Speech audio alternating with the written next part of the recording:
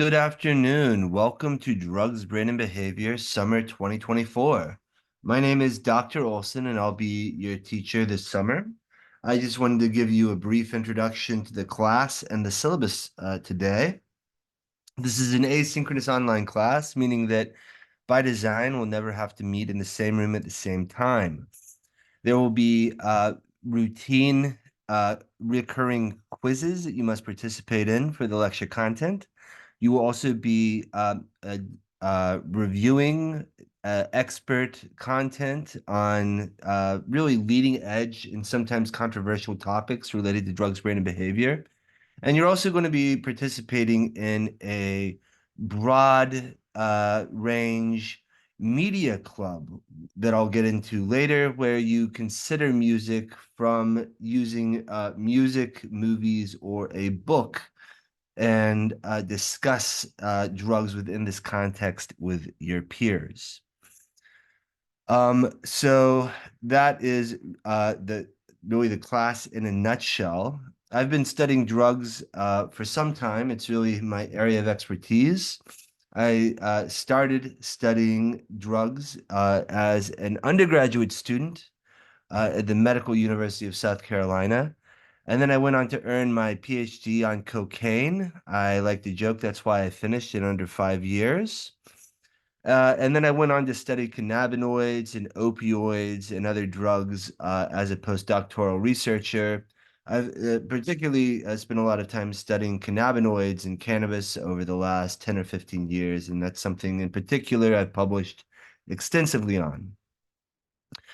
I'm very open to communicate and have office hours in whatever way works for you. What I find does not work well in these asynchronous online classes is having set or fixed office hours because those do not work well for everybody. So, I have set up a virtual office. I will respond to emails within at least 48 hours, and I'm very happy to set up individual Zoom meetings or group Zoom meetings upon request. There is no required textbook. If you did not find anything in the bookstore, that is by design. All material in this class will be accessible using links. Sometimes links break. If you experience or encounter a broken link, please let me know as soon as possible. Uh, Active participation is required. Uh, Generally, the course format here will involve you in every module, in 15 specific modules, reviewing lecture content that I have provided for you, usually as a YouTube video, but sometimes as a voiced over PowerPoint presentation. And you will have to take a quiz on that every week. You will also be given material to review by experts in the field. And also in the background, you should be reviewing either movies, music, or a book related to drugs and discussing that with your peers. At the end of the term, you'll also have to prepare a paper on those experiences that I will come back to. So there will be one quiz associated with each module. I would like to point out that these are generally timed. They will consist of multiple choice or short answer questions, and I will only count 13 of your 15. This is in part designed to maximize flexibility and to be forgiving for life, competing life commitments. So whether you look at this as having two drops, two skips, or two mental health days is up to you. Just know that I'll only look at your top 13 quiz scores. Your thought questions here, this I'm going to give you even more flexibility on. For these, this is where you're going to be reviewing the material from experts that I provide in each module. And for these, typically, you would have to write up a 200 to 300 word summary of your thoughts and post them to a discussion thread, and then respond to one of your peers' posts within a couple of days. You have to do that 10 times, meaning that you can have 5 drops of these. This is very much intentional with the idea of, in addition to accommodating competing life events, I would like you to be able to pick the discussion topics that you really want to be involved in. There are some also that you might want to avoid. Just I don't want to have that discussion. So this allows you to tailor the course a little to your own interests and comfort zone. Right. And for these, I do expect you to comment on at least one of your peers' thought paragraphs within a timely manner, let's say 3 days.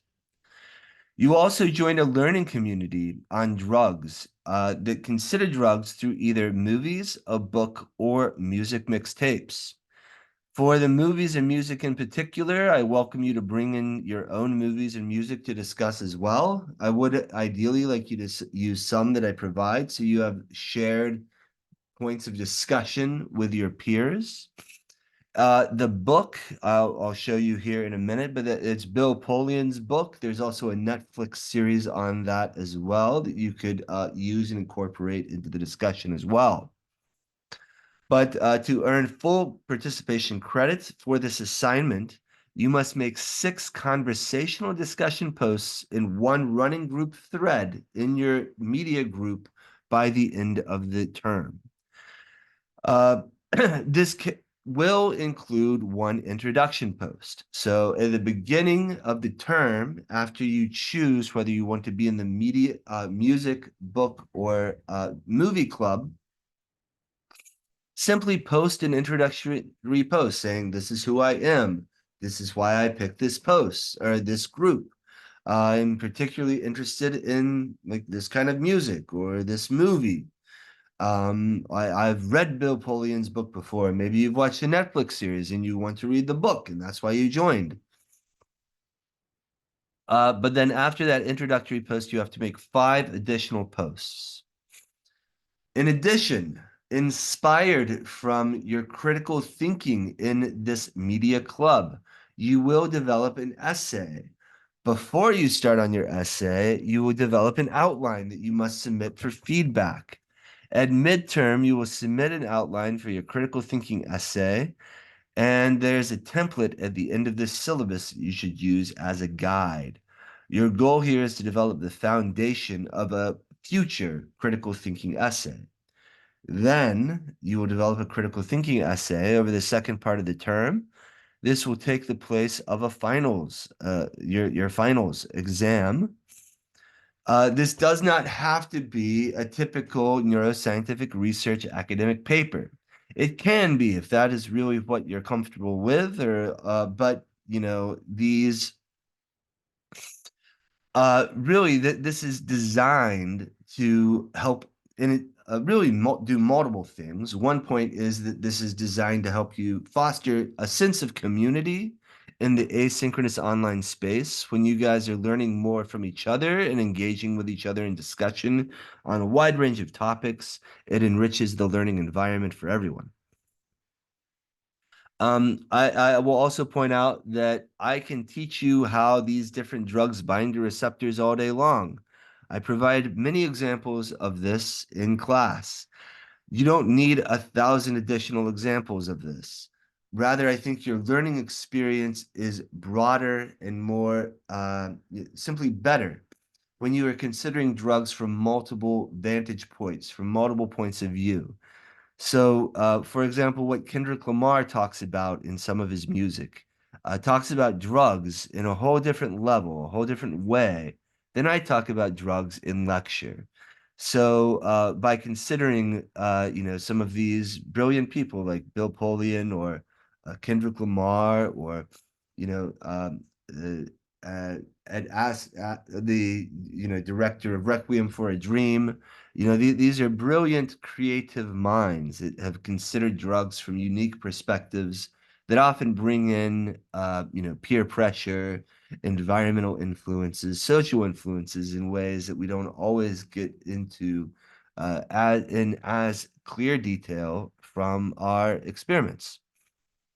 So that's something, and you can also relate this material to your own life, lived experiences. It's completely appropriate to bring that into this essay as well if you choose to. I also greatly encourage you to bring in material from external classes or previous experiences that you might have with a movie or music that have really inspired you or changed the way that you think about drugs. But in general, this is how your drugs will your grade will break down. You will have 13 quizzes graded out of 15 at 3.3 each. You will have for almost 43% of the grade. So I mean, like learning the content is important too. These thought paragraphs where you critically consider expert content, I also think are create very deep learning. You know that counts for approximately almost well 1/5 of your grade. Each one will count 2 points, almost as much as a quiz. Then you everything else is related to the media club. Your outline will count 9 points, and for that you should use the template at the end of the syllabus. Your critical thinking essay due at the end of the term based on the media club is worth 22 points. And then your discussions in the media club are each worth 1 each. Again, you really just have to make 6 posts and you can get those 6 points. It's not that hard. Just don't skip it. I expected it will take about 10 hours of work per week to complete the material. If you get behind, let me know. I will try to help you catch up. But this being a summer class, and really it's 10, not 10 hours per week, 10 hours per module. You know, we average about 2 modules per week in summer. It's a very fast pace, so do your best to keep up, but I will try to help you keep up. Uh, Sticking to the schedule is really, I think, the best way to stay on top of the class. Maintaining a consistent schedule is incredibly beneficial and is something I would recommend as a transferable skill. This is actually incorrect here, where it says you only need to do 10 of the 15 quizzes. 13 of the 15 quizzes are required. Uh, so yes, 13 of the 15 quizzes are required. 10 of the 15 thought discussions are required, and you must make 6 total media club discussion posts this term. When we discuss some of these critical topics related to drugs, some of these can involve sensitive issues.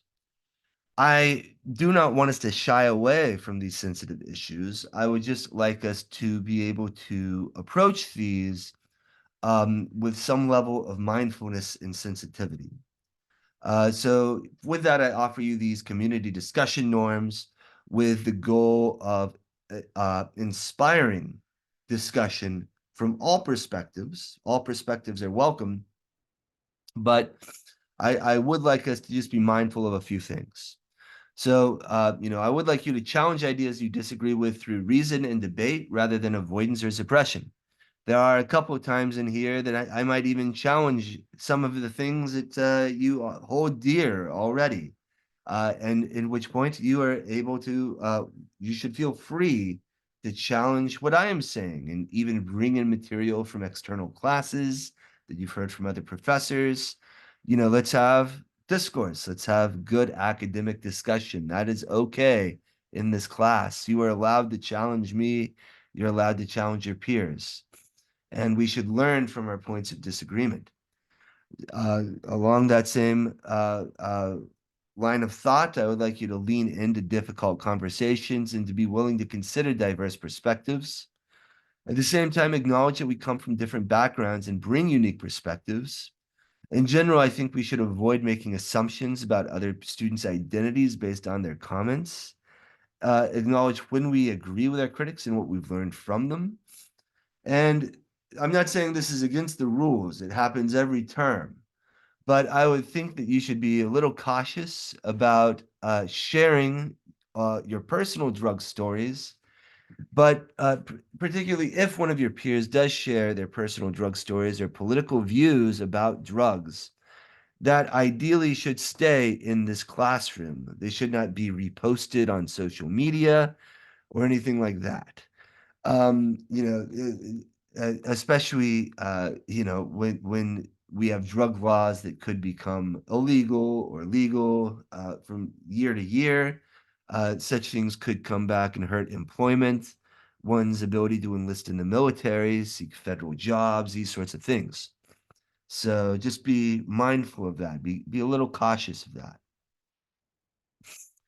Just know as a general content warning in this class, I tend not to use trigger warnings, but I will point out that many sensitive issues do come up in this class.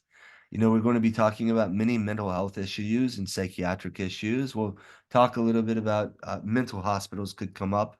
Prisons most certainly will come up, as will race, socioeconomic status, sex, gender, death and suicide, war, and sexual assault. Sexual assault in particular, I'll take a moment out to describe where that could be encountered. There's one movie, Requiem for a Dream, where it can be it's alluded to. Some of the media and the media club, while not directly getting there, some of as great of an artist as Kendrick is, he can certainly push boundaries in regard to, gender relations and even assault. So there's that, but also in lecture, I bring up sexual assault when we a little bit when we talk about barbiturates and benzodiazepines. Also, ketamine is really something I should highlight more in this regard. Some of these drugs, including GHB as well, have been used as date rape drugs and continue to do so. In fact, I think it's actually quite a bit of an epidemic that is not being talked about. Ketamine, for example, is always talked primarily as we're seeking its praises these days in the pharmacological field. However, as Elijah McClain's case study can show you, ketamine can also be used as a tool of abuse. It also influences or produces some anterograde amnesia, really making it an excellent tool for predation. That is just something that I think is very important to be aware of, that, ketamine, barbiturates, benzodiazepines, these drugs can all be used for sexual assault tools, something to be very aware of. And, it really gives me pause, caution about fully embracing ketamine and getting it out there in everyone's hands. So anyway, that's where the sexual assault stuff comes up. But I will like to point out that, I understand that some of these things can be very traumatic to some people. So if you need to excuse yourself from part of one of my lectures or a discussion due to trauma related to a particular topic, I want you to do so immediately. Let me know, and I will drop that discussion grade or find some other way for you to participate in that particular module. And again, like I already said, I mean, if you need to excuse yourself from one of my lectures for the same reasons, do so and let me know. I'm generally committed to the concept of universal design. It is very important to me that I'm making my classes as accessible and accommodating for everybody. As a general philosophy, I think of my deadlines, sort of soft goals to keep you on track to complete the course on time. And I do this for everybody. I just want to be very clear. I'm not making special favors for one person here or there. This is something I try to be very accommodating with. I understand that many of us come from different backgrounds and have different life commitments. I think that, and these come in many different ways, shapes, and forms, and you really don't have to explain things to me. I will take you for your word. Oftentimes, I find that, particularly with, first generation Americans who are first generation students who sometimes are not as entitled as others, and they're very proud and want to work hard and work 60 hours a week, take care of children, take care of parents, and never complain, never ask for that altered or removed assignment. So yeah, you don't need to explain anything. Just ask. Just I don't need an explanation. Just ask. Say that you're having a conflict and you need help, and I will try to help accommodate your life. That being said, it's not a free class. It's not a free grade. You will have to work actually quite a bit in this class.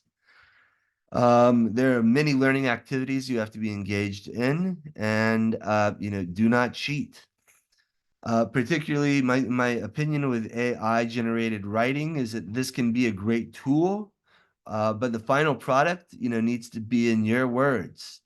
AI generated writing is something I use myself, but I use it as a draft. I use it as maybe a reference, is sort of a way of thinking about it. You could use it as a literature review and cite it, but you shouldn't just use AI to generate your thought discussion paragraphs.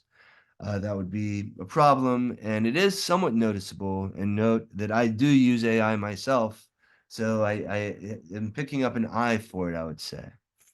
Email me if you're confused about AI policies. I'm happy to clarify them.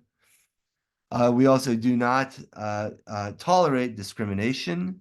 If any of your peers or I are discriminating against you in any way, you should contact the Title IX office. Here's their phone number and email. So here's the course calendar of events. As you can see, things occur in a very common fashion. Like, you'll have to complete your first quiz by June 6th, and then create your critical thinking post or paragraph by June 7th, and then we repeat. All of this should be occurring, and again, you only have to do 10 of the critical thought thinking paragraphs and 13 of the quizzes. Links to my recorded lectures should be in the Canvas shell. For the thought paragraphs here, you have clickable links that you can select. Interesting, the very first discussion on drug scheduling is very relevant as we are in the process of rescheduling cannabis in the country. Sort of a big deal. But this is sort of give a little discussion about how we got there and why we schedule things the way we do. Um, you know, uh, Here are prompts that I give you to sort of jump off of into preparing your critical thinking paragraphs. When there are multiple jumping off prompts, you do not need to respond to all of them. You can only just pick as little as one will be fine. I just wanted to give you multiple choices in case you don't love one of my prompts.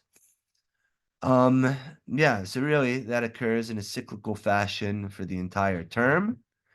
In addition, you should join a media club. This is what you're going to use to write your essay.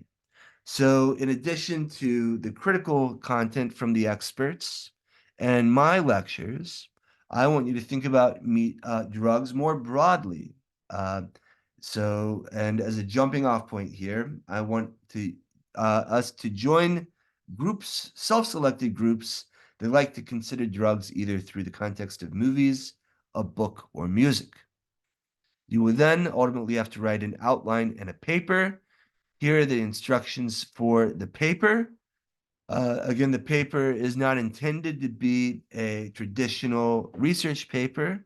It can be, though, if that is really what you're familiar with and comfortable with. But still, it's meant to be more sort of a general critical thinking paper about drugs, where you can think about it through the lens of a societal issue or an environmental issue, or one's family history, or peer pressure, these sorts of ideas, or therapy. Note that the final page requirement of the essay is related to how much time I think it will take you to digest the media in the club.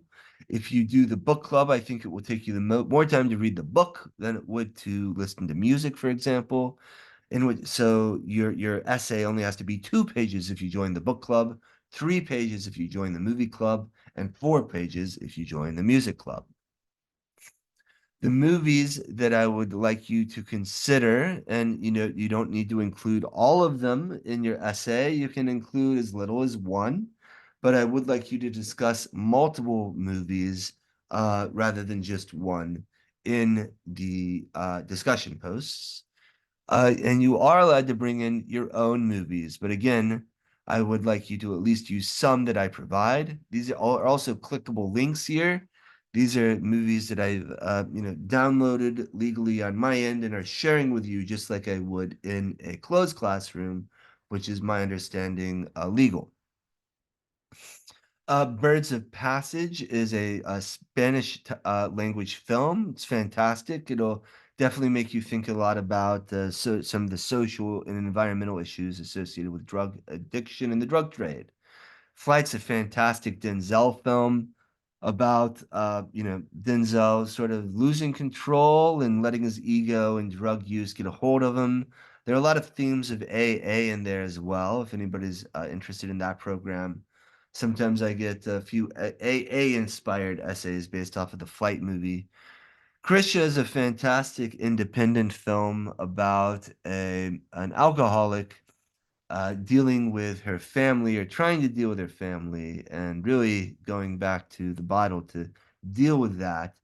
The cinematography is almost painful at times, but I think it really sort of makes you feel like you are in the shoes of an alcoholic through the cinematography in a fantastic way. Pan and Gloria is another Spanish titled film that I really brings in some very gripping emotional social factors. The House I Live in, almost more of a documentary in a way. It is gets into a lot of history about the drug war.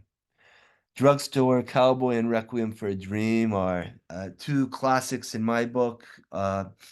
They are not for they're not the most appropriate movies, definitely not G rated movies. They you know have a lot of adult content in them, but are both very interesting sort of breakdowns of the or descriptions of the sort of the breakdown into addiction in the personal journey. The book club is How to Change Your Mind by Bill Poland. There is also the Netflix series that you're probably familiar with already. So if you've read that or seen that and are interested, now you can read the book and discuss that with your peers. Clearly, the criminalization of psilocybin is an important point to consider in Denver in particular at this point in time. So I see no better way to do that than to read this book and discuss that with your peers. I'm a big music guy, so really, well, into all of these forms of media, but I love my music. So here are some YouTube mixtapes that I made you on certain themes resulting related to drug addiction and use. We sort of start with drugs expanding the mind, then really just people abusing drugs. One that I particularly try to focus on in the drug deal, and I try to bring in some contrast here with different sort of viewpoints. I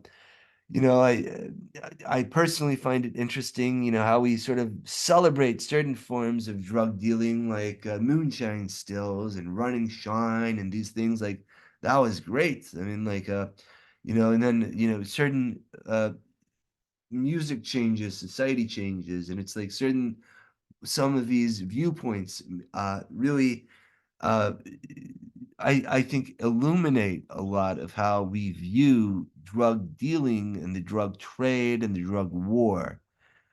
So yeah. Anyway, I think there are a lot of different lenses here to think of that through. I think On Drugs and Society is a very loaded mixtape. Definitely some controversial lyrics and songs in here, but also some great ones to consider and discuss with your peers. There's so many pro-cannabis songs. I had to do just a pro-cannabis anthem mixtape. I mean, there are probably more songs written as cannabis anthems than just about anything else that I could find putting these things together. And then the last two are really fittingly, I think, come at the end here. but you can skip those, skip to them, of course, for your midterm. Getting clean 80 easy, and please stay sober. There's some really emotional, and just beautiful songs in here. There are so many choices in of these and I guess levels of sobriety too. Dust in a baggie, probably more related to being California sober than fully AA sober.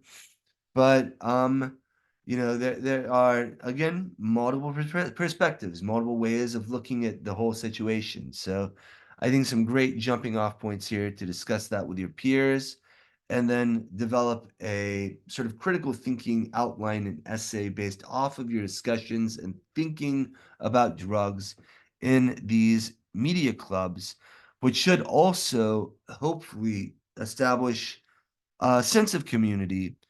I love asynchronous online classes for the flexibility that they provide. I think my biggest problem with them is that sometimes students feel very distant, that we are all away from each other and we're not really getting the same peer-to-peer and peer-to-instructor discussion like you would in a classroom.